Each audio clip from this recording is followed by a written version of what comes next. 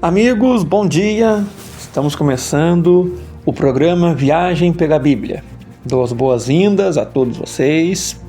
Sou o Jean Lucas e a partir de agora nós vamos viajar um pouco mais pela Bíblia. Bom, na semana passada nós vimos do capítulo 1 até o capítulo 3 do Evangelho de João. E hoje nós vamos pegar aqui no capítulo 4 e vamos andando aí até o nosso tempo dar, né? Fazer um resumo, né? O Evangelho de João é um evangelho que mostra Jesus como Deus. É um dos evangelhos que também fala, né, da salvação, assim como os outros também falam, né? Só que João, ele mostra muito o lado de Jesus como Deus, né? Que ele é. E vamos começar o capítulo 4, que fala da mulher de Samaria. Essa mulher, ela é uma mulher que foi pegar água no poço e encontrou Jesus ali no poço. Só que Jesus, ela não sabia, né, que era Jesus. E Jesus começou a conversar com ela. Eu particularmente acredito que Jesus, ele queria encontrar ela ali. Eu acho que ele meio que queria ver ela e queria que aquilo acontecesse. Jesus ficou ali no poço, né? Os discípulos foram buscar alimento e Jesus ficou ali no poço. E a mulher chegou, né? No capítulo 4, versículo 15, a mulher falou assim para Jesus: Senhor, dá-me dessa água para que eu não mais tenha sede, nem precise vir aqui buscá-la. Disse-lhe Jesus: vai, chama teu marido e vem cá. Ao que lhe respondeu a mulher: não tenho marido. Replicou Jesus: bem disseste, não tenho marido, porque 5 maridos já tiveste, e esse que agora tens não é teu marido. Isso disseste com verdade. Senhor, disse-lhe a mulher, vejo que tu és profeta. Nossos pais adoravam neste monte, vós, entretanto, dizeis que em Jerusalém é o lugar onde se deve adorar. Disse-lhe Jesus: mulher, podes crer-me que a hora vem, quando nem neste monte nem em Jerusalém adorareis o Pai. Bom, e aí foi continuando, né? Aí teve uma hora que Jesus falou sobre a vinda dele, do Messias, né? E a mulher não sabia que ele era o Jesus.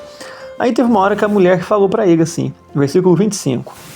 Eu sei, respondeu a mulher, que há de vir o Messias, chamado Cristo. Quando ele vier, nos anunciará todas as coisas.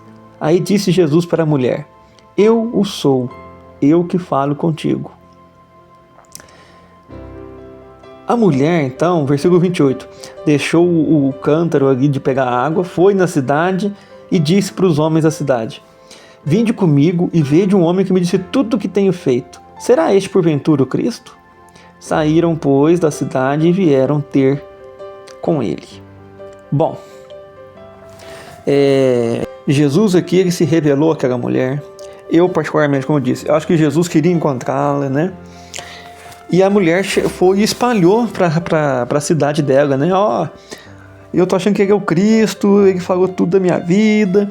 Interessante que Jesus não veio condenando ela, né? Você já tem 5 maridos, né, e tal. Jesus, ele teve um acolhimento, ele acolheu ela e ela se sentiu bem, né?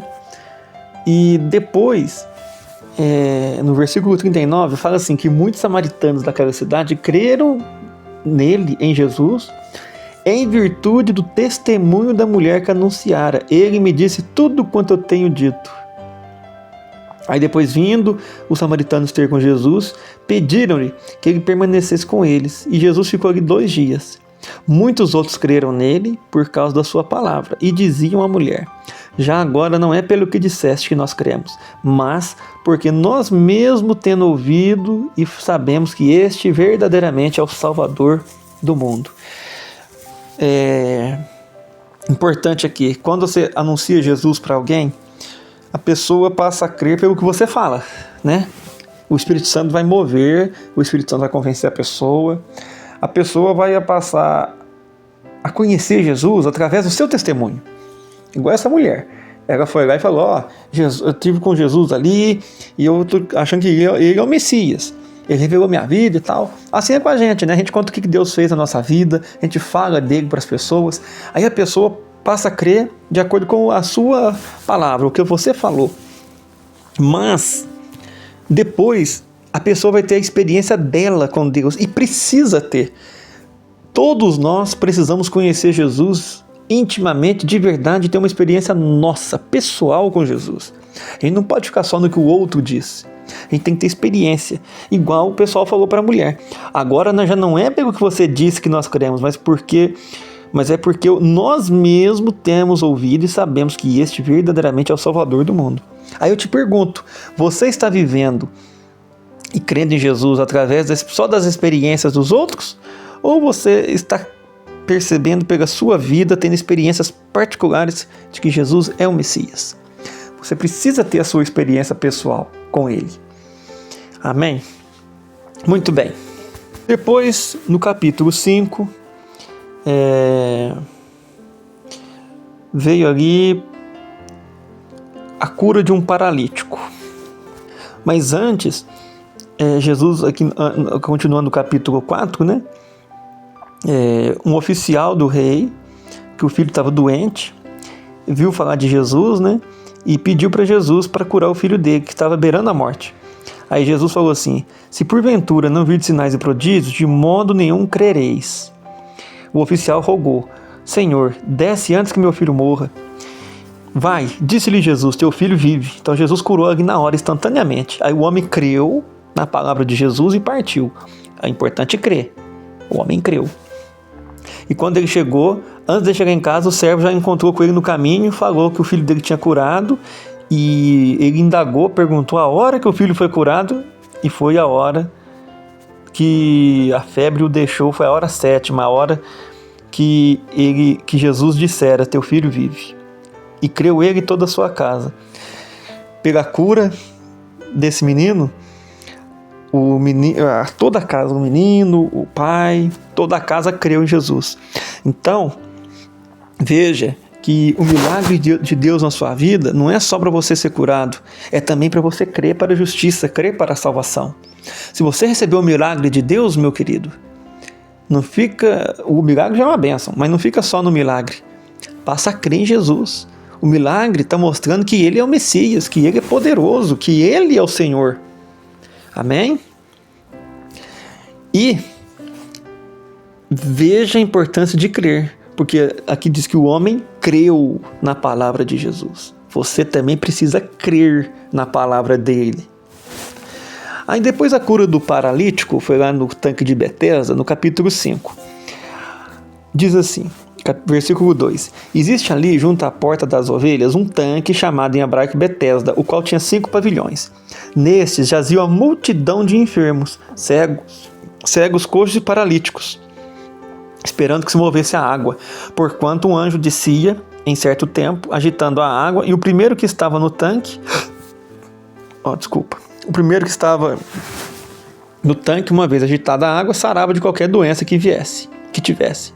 Então tinha esse tanque lá em Betesda, tinha uma multidão lá de enfermos, né? E um anjo descia em certo tempo, agitando a água, e o primeiro que tivesse no tanque então era curado de qualquer doença. E aqui tinha um homem que tinha 38 anos, e Jesus, vendo ele deitado e sabendo que estava assim há muito tempo, perguntou: você quer ser curado?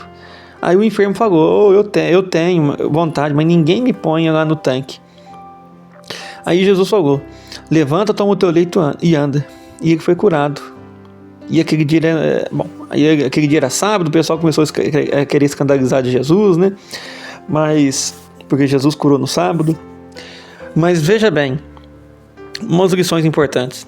Tinha vários enfermos, Jesus escolheu um para curar, não curou todos. Por causa disso ele deixou de ser Deus? Não. Então quando a gente tem uma enfermidade e às vezes Deus não cura a gente por algum motivo que a gente não sabe qual, não é para a gente achar que a gente é menosprezado, é menor, e ele não deixa de ser Deus. Aqui também aconteceu, Jesus tinha vários enfermos, ele não curou todos, ele curou só aquele. Por quê? Não sabemos. Nem compete a gente às vezes saber, né?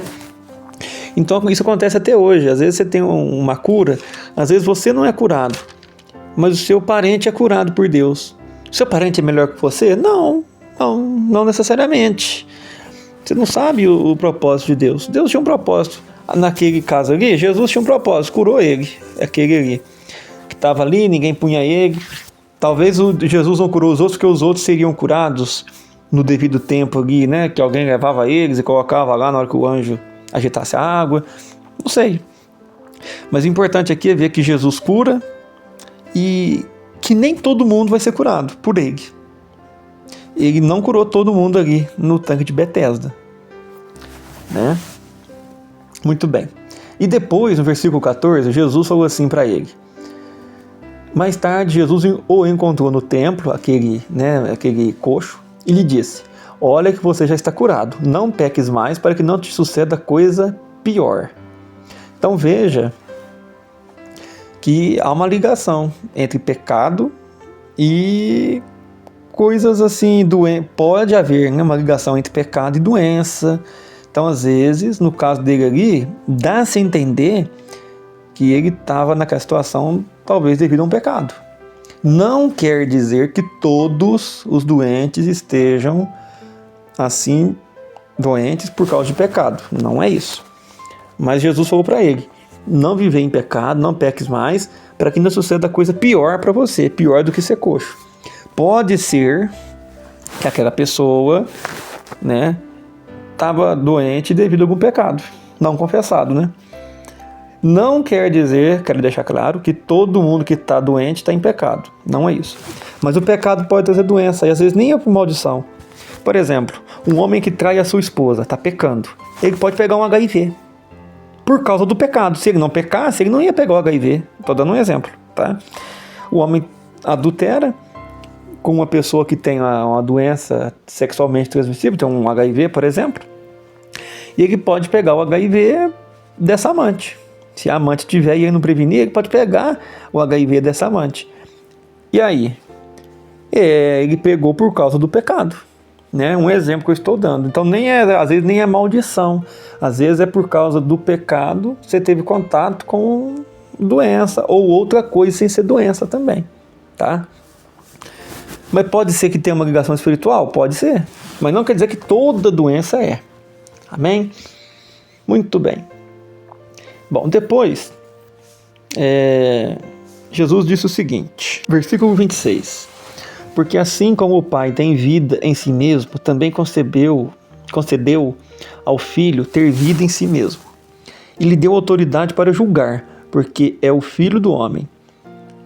Quando Jesus fala o Filho do homem, está falando dele mesmo, de Jesus.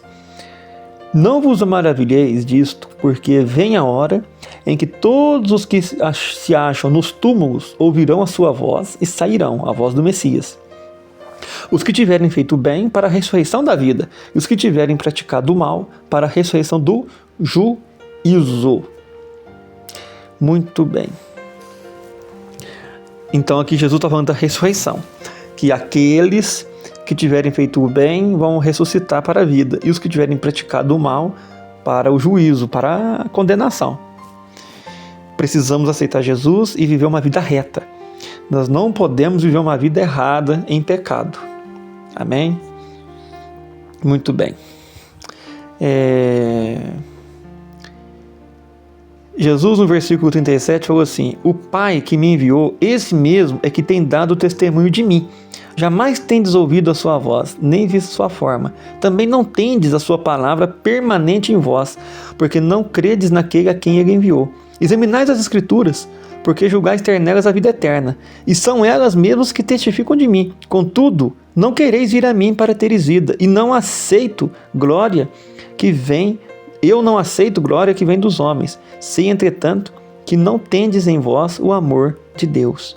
Eu vim no nome do meu Pai, e não me recebeis. Se outro vier em seu próprio nome, certamente o recebereis.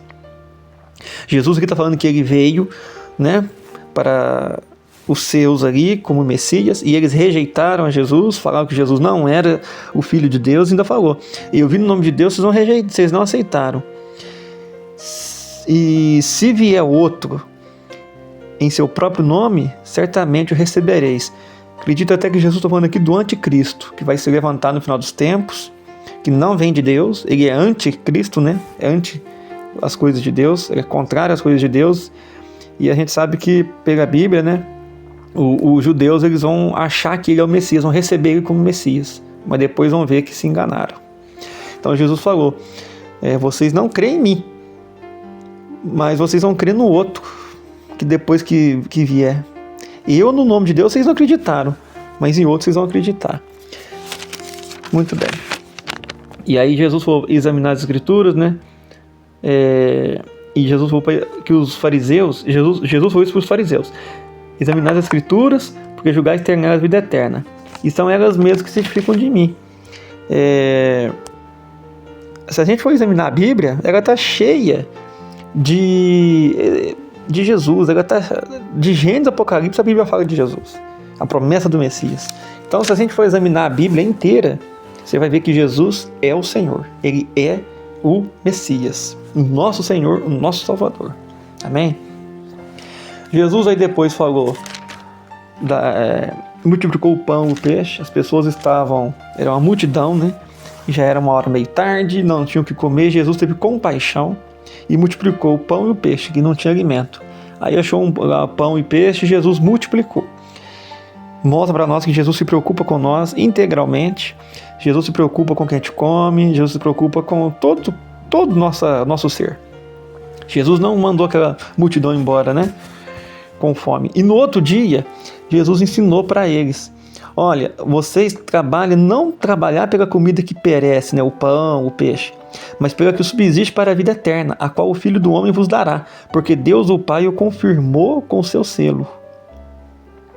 A obra de Deus é esta, que creias naquele que por ele foi enviado. Então Jesus falou assim: não preocupa só com o pão que você tem que comer. Trabalhar não pela comida que perece, mas trabalha pela comida espiritual, trabalha pela salvação. Então Jesus falou assim: você está preocupado com pão, com peixe? Preocupa com isso não, preocupa com a salvação, preocupa com Jesus, preocupa com a vida eterna. E ele disse que a obra de Deus é esta, que você creia naquele que foi enviado por Jesus. Aliás, naquele que foi enviado por Deus, que é Jesus. Então, meu querido, creia em Jesus, que ele foi enviado por Deus. Depois, Jesus falou assim: quem comer a minha carne e beber o meu sangue tem a vida eterna, e eu o ressuscitarei no último dia. Pois a minha carne é verdadeira comida e o meu sangue é verdadeira bebida. Quem comer a minha carne e beber o meu sangue permanece em mim e eu nele. Assim como o Pai que vive em mim me enviou, assim como o Pai que vive me enviou, e igualmente eu vivo pelo Pai também, quem de mim se alimenta, por mim viverá. Este é o pão que desceu do céu, em nada semelhante ao que vossos pais comeram, e contudo morreram. Quem comer este pão viverá eternamente. Essas coisas diz Jesus quando estava na sinagoga de Cafarnaum. Jesus falou dele. Quando Jesus fala assim: quem comer do meu pão, né? Aliás, quem comer da minha carne e beber do meu sangue, tem a vida eterna. O que é comer a carne e o sangue de Jesus e beber o sangue de Jesus? É você tomar posse da obra da cruz. É você aceitar Jesus. É você reconhecer que é um pecador e que Jesus na cruz, ele deu a sua carne, o seu sangue por você. É você se alimentar de Jesus, você buscar a Jesus. Então, comer a carne de Jesus, beber o sangue de Jesus, é você tomar posse da obra da cruz e você se alimentar disso, buscar a Jesus, aceitar Jesus, reconhecer Jesus e caminhar com Ele. Amém? Nosso tempo acabou, paramos por aqui. Um forte abraço e que Deus abençoe a todos vocês. Fiquem com Deus. Tchau, minha gente.